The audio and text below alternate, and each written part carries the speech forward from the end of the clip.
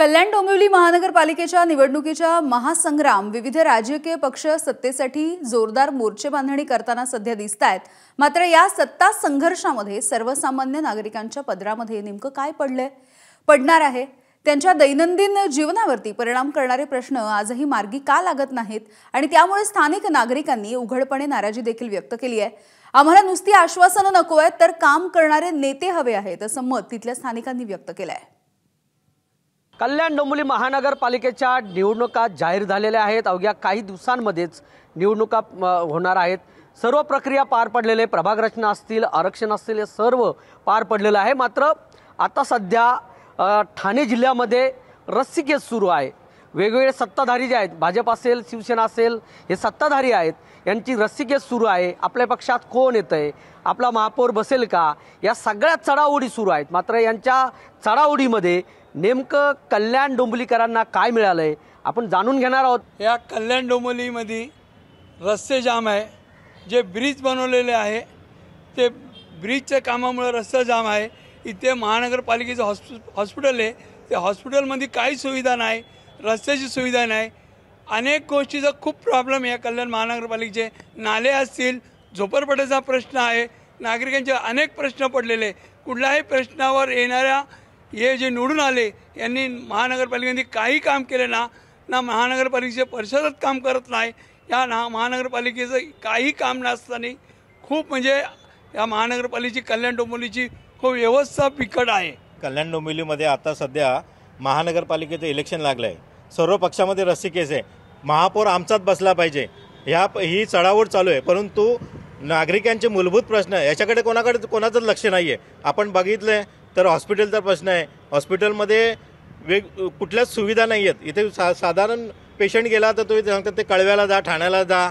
नागरिकांचे मूलभूत प्रश्न जे आहे, रस्ते बघितले, सगळीकडे कल्याणमध्ये जाम आहे। सर्वसाधारण सुरुवातीला पाण्याचा प्रश्न घ्या, फक्त एकच आमच्याकडे म्हणजे जेतवन नगर विभागामध्ये रात्री 2ला पाणी येतं। जे चाळीमध्ये किंवा बैठ्या घरामध्ये रात्री 2ला नाही, दिवसभरामध्ये पाणी यायला पाहिजे असा शासनाचा नियम आहे, पण रात्री 2ला पाणी येतं। त्याच्यामुळे रात्रभर बायका जागून ते पाणी भरतात।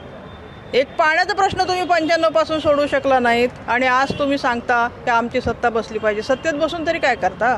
नागरिकांचा एखादा जरी प्रश्न प्रामाणिकपणे सोडवलाय का? नाही सोडवला। 95 पासून आम्ही कार्यकर्ते काम करतोय, तेव्हापासून बघितल्यानंतर असं वाटतं की जे निवडून गेले ते बिल्डर आणि पैसे कमवण्यासाठी या महापालिकेत खजिना लुटायला आले असं वाटतंय। कारण ताईंनी ज्या पद्धतीनं सांगितलं की पाण्याची समस्या आहे तशीच आहे, पण चाळी वाढलेल्या आहेत, अतिक्रमण वाढलेलं आहे।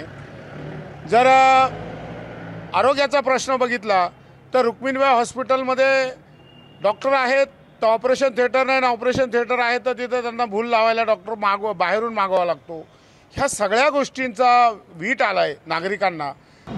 प्रत्येक पक्षामध्ये चढाओढ लागलेली आहे। ह्या पक्षाचा नगरसेवक किंवा कार्यकर्ता, वजनदार कार्यकर्ता आमच्याकडे कसा येईल याची चढाओढ लागलेली आहे। पण सामान्य नागरिकांकडे भाऊ म्हणाले तसं सामान्य नागरिकांकडे कोणाचं लक्ष नाही, सामान्य नागरिकांच्या प्रश्नाकडे कोणाचं लक्ष नाही। ताई म्हणाले तसं 95 पासून आत्तापर्यंत बदललं काहीच नाही। माझं वेगळं म्हणणं आहे, बदललं कसं नाही?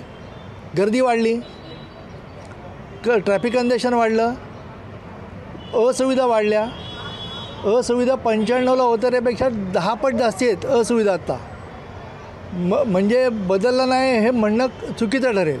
कल्याण डोंबिवली नागरिक म्हणून मला असं वाटतं की कल्याण डोंबिवली महानगरपालिकाचा विकास हा फक्त टक्केवारीवरती आधारित आहे। नागरिकांना काय हवं याबद्दल कोणी विचार करत नाही आहे। विकास सर्वांगीण झाला पाहिजे। आपण जर सामान्य नागरिक जरी वाचलं, सामान्य नागरिकमध्ये आपल्याला धडा शिकवला जातो की बाबा पुढच्या 50 वर्षाचं प्लॅनिंग केलं पाहिजे, नियोजन केलं पाहिजे। महानगरपालिकेकडे असं कुठलंही नियोजन नाही आहे, फक्त सत्ता केंद्रित विकास चालू आहे। ठराविक जर तुम्ही बघितलं तर कल्याणमध्ये 2 शहर आहे। एक शहर आहे जिथं वसंत व्हॅली, वायलेनगरसारखा उच्चभ्रू विभाग आहे आणि दुसराच विभाग आहे जिथं इंदिरानगर असेल, अशोकनगर असेल किंवा इतर ज्या सर्वसामान्य नागरिक करदाते जे आहेत, चाळी झोपडपट्टींचा विभाग आहे जिथं विकास पोचलेला नाही आहे। आज खऱ्या अर्थाने कल्याणमध्ये ब्रिजची एवढी कामं चालू आहे, पण हे कोणाला विचारलं? ज्या ठिकाणी आवश्यक नसताना स्मार्ट सिटी प्रकल्प चालू आहे, त्याच पद्धतीने वालधुनीवरून जो ब्रिज येतो एक सिंदिकेटला उतरणार आहे, त्याबद्दल लोकांना काय माहिती नाही आहे. मेट्रोची मार्गिका कुठून जाणार आहे, अधिकाऱ्यांना याबद्दलची माहिती नाही आहेत. मग नागरिकांनी विकासासाठी भाग कसा घ्यावा? स्मार्ट सिटीची कामं ही मोठ्या प्रमाणात सुरू आहेत, परंतु 2020 ते 2025 5 वर्ष लोकप्रतिनिधी नसल्यामुळं फक्त प्रशासक या ठिकाणी कार्यरत होते आणि प्रशासनाच्या अनागोंदी कारभारामुळं आज तो भुर्दंड हा कल्याण डोंबिवलीवासियांना पडत आहे.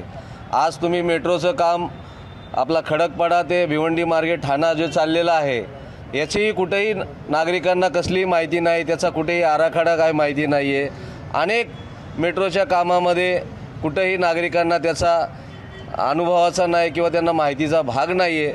केंद्र सरकार, राज्य सरकारच्या अनेक योजना आणि त्याचा आलेला निधी हा सुद्धा या प्रशासकाच्या काळामध्ये कुठेही मार्गी लागलेला नाही आहे. सत्ताधारी जे आहेत ते दावा करतायत की सुविधा झालेल्या आहेत, विकास झालेला आहे, मात्र हा विकास नेमकं दडलाय कुठे याचा उलगडा मात्र आपल्याला येणाऱ्या निवडणुकीमध्येच जे जनता जनार्दन जे आहे ती सत्ताधाऱ्यांना दाखवून दिल्याशिवाय राहणार नाही. कॅमेरामन प्रमोद तांबेसह सुरेश काडे, एबीपी माझा, कल्याण. एबीपी माझा, उघडा डोळे बघा नीट.